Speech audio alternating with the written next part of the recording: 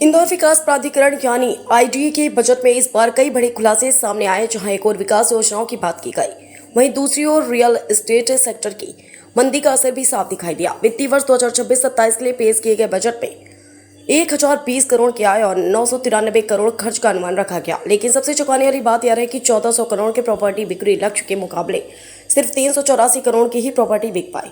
संभागायुक्त और आईडीए प्रशासक सुंदरम पी खड़े ने बताया कि अब प्रॉपर्टी की बिक्री के लिए लगातार ऑक्शन निकाले जाएंगे और इस प्रक्रिया को आसान बनाने के लिए सीईओ को सीधे अधिकार दिए गए। वहीं एक और बड़ा फैसला, करीब 80 करोड़ की लागत से बने बुजुर्गों के स्नेहधाम को अब वर्किंग वुमेन हॉस्टल में बदला जाएगा। हालांकि इसमें 40% जगह बुजुर्गों के लिए सुरक्षित रहेगी।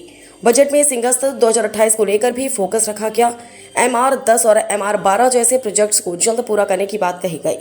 इसके अलावा शहर के विकास के लिए विजयनगर में multi modal mobility hub, super corridor पर स्पोर्ट्स कॉम्प्लेक्स और कन्वेंशन सेंटर जैसे प्रोजेक्ट्स भी शामिल हैं। पश्चिमी इंदौर के लिए राहत की खबर, चंदननगर में फ्लाईओवर को मंजूरी मिल गई है, जिससे ट्रैफिक की समस्या में बड़ा सुधार होने की उम्मीद है। हालांकि स्कीम 171 को लेकर बड़ा फैसला फिलहाल टाल दिया गया है और अब इसे सीएम मोहन यादव के सामने प्रेजेंटेशन के बाद ही आगे बढ़ाया जाएगा। कुल मिलाकर आईडीए का यह बजट जहां विकास योजनाओं का रूट मैप पेश करता है, प्रॉपर्टी बाजार की सुस्ती भी उजागर करता है। अब देखना होगा कि इन योजनाओं का फायदा जमीन पर कितना और कब तक नजर आता है। क्रमांक 78 है, जिसमें प्रथम लोहा मंडी के 32 भूखंडों की आवंटनों के लीज की शर्तों की उल्लंघन की कुछ शिकायत हमारे पास आई थी और मौका रिपोर्ट उसकी की गई थी। तो हमने इसका पूरा निराकरण करने के लिए सीओ आईडीए को काम पूरा डेलीगेट किया है कि प्रकरणों का निराकरण करेंगे और उसका कोई उल्लंघन की चीज़ आए तो बोर्ड के सामने रखेंगे।